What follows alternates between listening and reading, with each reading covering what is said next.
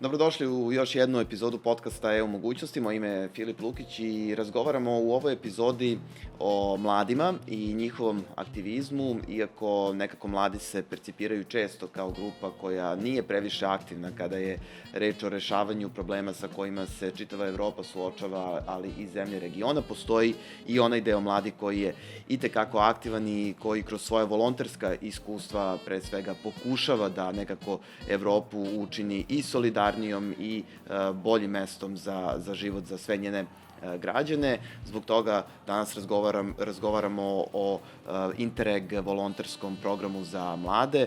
Moj gost je Fahrettin Percin iz Turske. Thank you very much for joining me today here in the podcast. I'm glad to be here. And I did a short introduction about the program.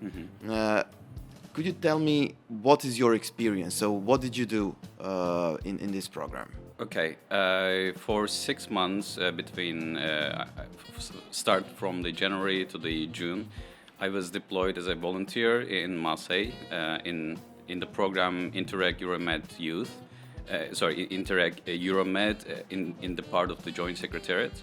So I started there, and now I'm part of the IV team. But most importantly, for that 6 months, I get to see how the cooperation works, how the Interreg works, how we can do in terms of the Interreg volunteering.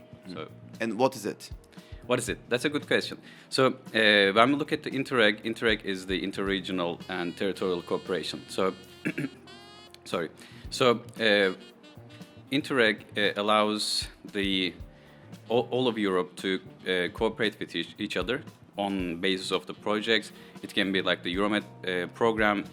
We can focus on the Mediterranean and specific projects for instance, natural heritage or sustainable tourism, let's say. So what happens is lots of stakeholders, lots of project partners cooperate with each other to make something happen in Europe, basically. And as a volunteer, we help them, we contribute with what we know. So that's how I can summarize. And as a volunteer, you spend how much time? 6 months, you said? Yes, 6 months. 6 months is the maximum time available, and volunteers can do minimum of 2 months and maximum of 6 months. And how do you choose where you go? How do you choose? There are open listings, open offers on the website, so they can just go there and choose depending on what kind of topic they like and depending on what their interests are. They can just go and see, okay, this is a project that I would like to contribute, that I know some things and maybe I want to learn something about it, and then volunteers, future volunteers, let's say, can go to the website and learn more about it. And when you saw the open call, what were your expectations from the program? My expectations was so the program that I applied to. There are two types of volunteering. I mean, in the essence, it's the very same, but we separated as Interreg reporter and Interreg project partner. So in the reported part, you are at the program level, and if you're the project partner, you're at the project level. So I went to the program side to see how things work, looking from top to bottom, let's say. Because in the program side, you are at the top and then seeing all the projects happening in that area. For instance, in Euromed program, we had lots of projects happening in the Mediterranean, and this allowed me to see how things work in terms of the cooperation, not just from the single project, let's say, but future volunteers has the chance to just go and see the offers. Maybe they will like the program side more, or they will like the project side. If they are focused on one specific area, they can just choose that and go from the project side and volunteer as IB volunteer as a project partner. And what would you say that has been the most significant part of it for you as a person? Okay, I think that's a really good question, and when I think about it, I think the most valuable thing that I got from this whole experience was how the cooperation works in Europe, because as a graduate of international relations, I knew how things worked in theory, But when I started volunteering in an organization that did cooperation and interregional cooperation, I've seen that, things are actually working, in theory, and theory and the practice are the same, but in real life things differ a bit. For instance, like before we started this podcast, I was thinking like, what can I say, what can I do? But when it starts, now you don't think of I just say and I just go with it. And just like in real life, I would say, in theory we have lots of things, but in real life many things can happen. Some things might go wrong, and then you need to adjust the things. So I would say I got to see the real life cooperation. Mm-hmm. So this allowed me to learn more about the cooperation in general. And does it work well? Because, for example, a lot of people could say that Europe is not very well in handling crisis. For example, when we had COVID crisis, for example, 27 member states were kind of everybody wanting to get its own equipment. We also know how the stance towards the Western Balkans was in that time. So does it work well on the ground, that cooperation? I mean, I think I can only talk about the experience I had, and I can say that it works, yeah. Mm-hmm. And how, did this program affect your career as well? I mean, mm-hmm. You said that you were studying international relations, so do you want still to go into that direction? Do you want to focus more on European cooperation, European institutions? I think like a year ago or something, I decided to take the volunteering path in my life, because I started with Erasmus project, youth exchanges, and then I did European Solidarity Corps volunteering program.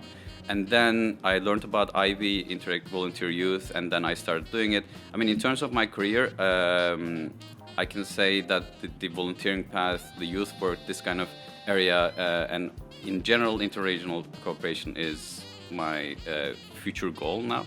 So yeah, it's definitely affected my career to see the potentials, because before I started at Ivy and long before I started the volunteering work, I wouldn't be able to say, I want to work in the youth area, or I want to work in the interregional cooperation area, because I had no idea what the potentials were in terms of the career aspects, and also I didn't know if it would suit my goals in life.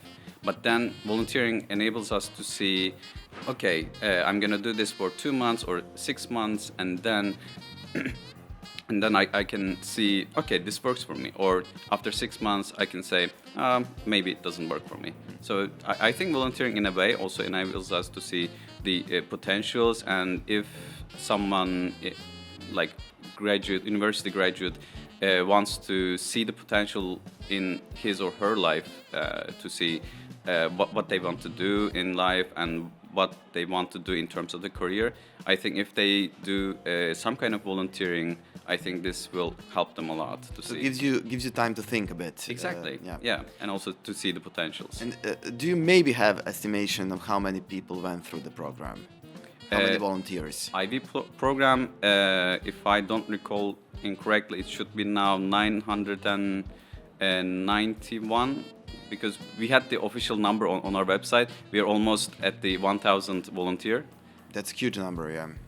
But for example, because I did say that into introduction as well, that young people are usually perceived as a group that is not pretty much involved into the processes, and that somehow world shouldn't basically rely that young generations will solve some issues. Mm-hmm. And this program basically says something different, so that young people work on more solidarity in Europe, on doing things better.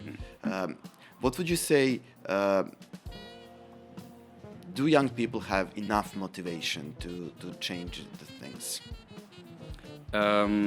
I think to change things, motivation is not enough. You need to have the ability, the knowledge and the network and all the other things. But I think being part of something helps the young people to see if they want to change something. Maybe there are some ways to do it, but also after doing volunteering, studying, and etc. And maybe they get to see if they want to change something. They might be able to see some other alternative, like a way to do it.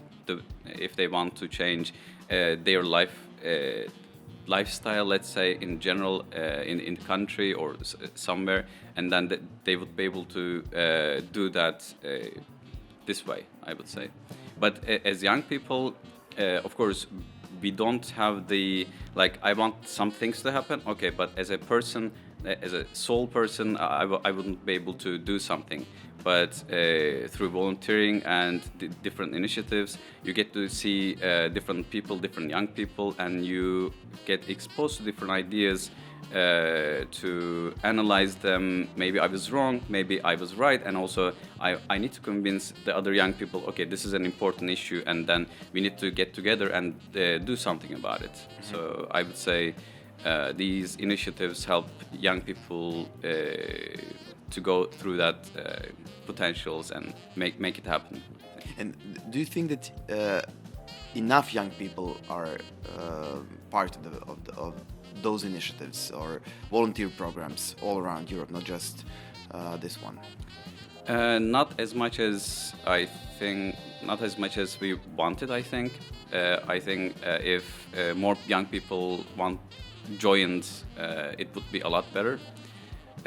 But I also think that, for instance, being an IB volunteer, after going through that 6 months of period or 2 months, depending on what kind of project you are, and you start to you learn about the program, and then all of a sudden you become the let's say media person of it. And because we have almost 1,000 volunteers now, and if